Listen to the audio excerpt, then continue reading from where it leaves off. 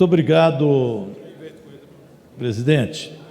Eu acho que alguns números, embora ainda seja evidentemente cedo para fazer um balanço do governo do presidente Lula, do ponto de vista da economia, bem porque nós precisamos baixar a taxa de juros, isso é fundamental para desenvolver, crescer, gerar emprego e renda. Mas alguns números são significativos e talvez isso tenha assustado tanto os bolsonaristas que andam sumidos, inclusive aqui da Câmara. O que era um cercadinho à nossa direita vai se esvaziando e o bolsonarismo vai perdendo força também aqui. E os berros são diminuídos, felizmente, né? E conseguimos, então, iniciar um processo de debate político. E eu quero aqui colocar alguns números, alguns dados para o debate político. Agora nós temos Lula presidente e temos Dilma presidente do BRICS. Então isso é importante também. Desfez-se um golpe, uma injustiça.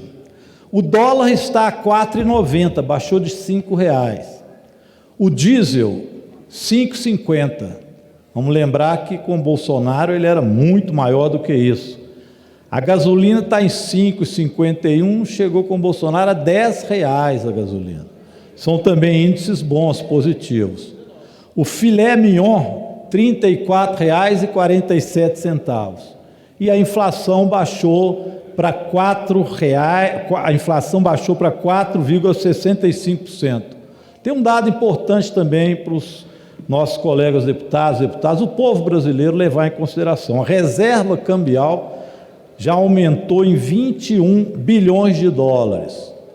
Eu perdi aqui as contas de quanto o Lula já conseguiu no exterior trazer para cá nas viagens, mas ultrapassou 94 bilhões de reais, muito para o Fundo Amazônico. São 94 bilhões de dólares, está me lembrando aqui o deputado Raymond. São dados extremamente positivos, mas tem mais.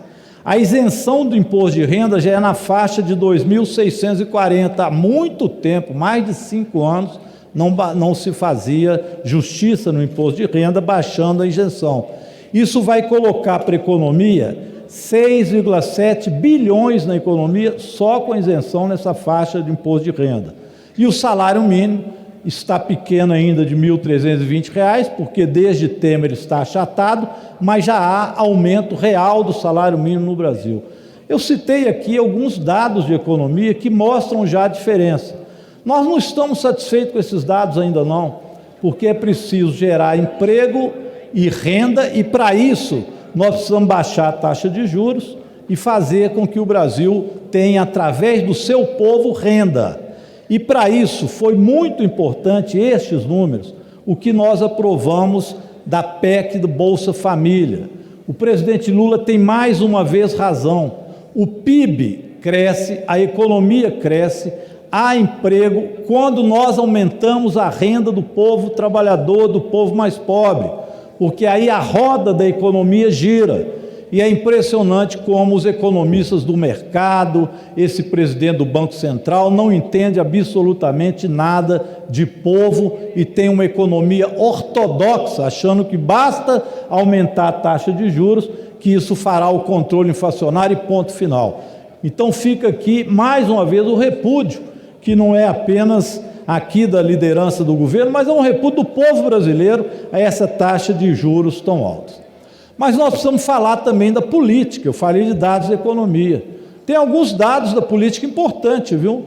Já temos 550 réus golpistas, aqueles que, tentando um golpe no Brasil, tentando e atentando contra a democracia, invadiram o Congresso Nacional, quebraram, inclusive aqui o nosso plenário do Senado, quebraram o Palácio, o Supremo Tribunal Federal.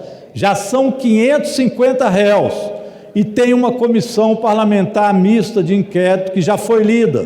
Aliás, a oposição bolsonarista não indicou ninguém ainda para a CPMI. Estão com medo da CPMI que tanto falaram em fazer. Queriam uma lorota de dizer que o problema e a culpa do 8 de janeiro, que foi um processo de golpe, deputado Alencar. Foi isso que teve no 8 de janeiro, um processo que levou a uma tentativa de golpe. E a base bolsonarista achou que ia convencer o povo brasileiro que aquilo foi culpa de infiltrados ou de erros do governo que assumia 5 dias úteis do dia em que eles planejaram o golpe, que Bolsonaro estava foragido do país. Ora, isso não colou, e é óbvio, uma narrativa tão inverídica pode colar entre um e outro, entre uma bolha, entre o gado, mas ela não cola no conjunto da sociedade que viu a responsabilidade da tentativa de golpe. Por isso, hoje o governo orientou que os partidos da base do governo indiquem logo os membros da Comissão Parlamentar Mista de Inquérito para apurar as responsabilidades também do atentado golpista de 8 de janeiro. Portanto, além dos 550 réus, precisa chegar em quem foi o mandante. E é aí que o medo do bolsonarismo vem muito grande. E por isso eles não falam mais em CPMI.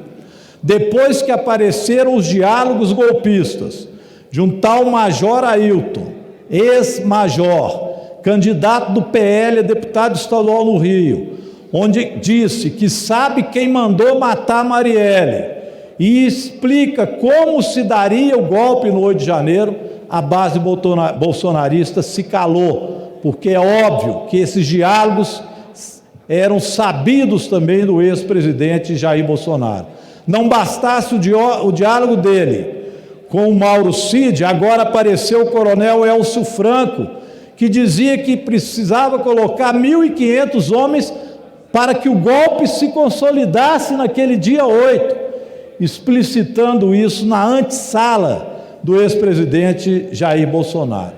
Portanto, com tudo isto explícito, o que a gente vê é que o Brasil agora vai calar este perturbador barulho bolsonarista que se avizinhava, tantos condados que melhoram a economia, melhoram a vida do povo, mas também vai calar estes bolsonaristas com uma comissão parlamentar mista de inquérito a responsabilizar o mandante do golpe, que é o ex-presidente Jair Bolsonaro.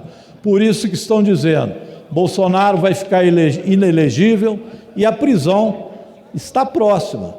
Infelizmente, vamos ter o ex-presidente Jair Bolsonaro preso pelo conjunto das coisas que fez, seja ela atentando contra a democracia, quanto o que fez durante o período da pandemia, onde transformou isso aqui no genocídio.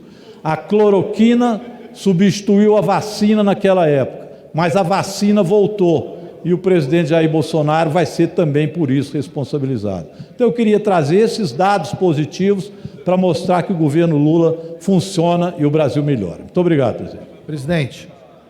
Obrigado, deputado Rogério Correia. A próxima inscrição, deputado Cabo Gilberto. Antes, porém, 1 minuto ao deputado Alencar Santana. Obrigado, presidente. Só queria fazer um comunicado aqui, anunciar a presença do Rogerinho, que está aqui conosco, meu amigo da cidade de Guarulhos, uma liderança religiosa